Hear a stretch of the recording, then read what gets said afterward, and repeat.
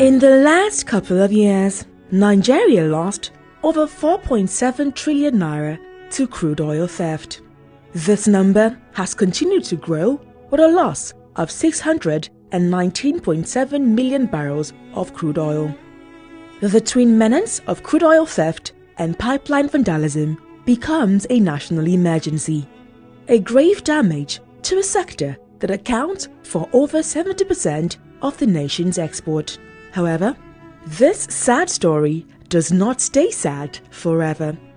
Since the brave men of Tantita Security Services stepped into the scene, not only have they been able to stem the tide of crude oil theft and vandalism, especially in the Niger Delta, their work has had a direct correlation with the rise in crude oil production and the creation of government revenue, with the price of crude oil reaching nearly $100 per barrel on the international market.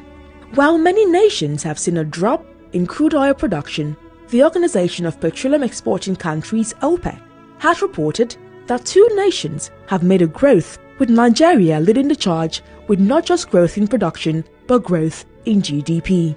While the battle for securing our pipelines and waterways is an ongoing struggle, we must applaud the brave men of Tantita Security Services, who, alongside the nation's armed forces, continue to fight the good fight to end pipeline vandalism and crude oil theft.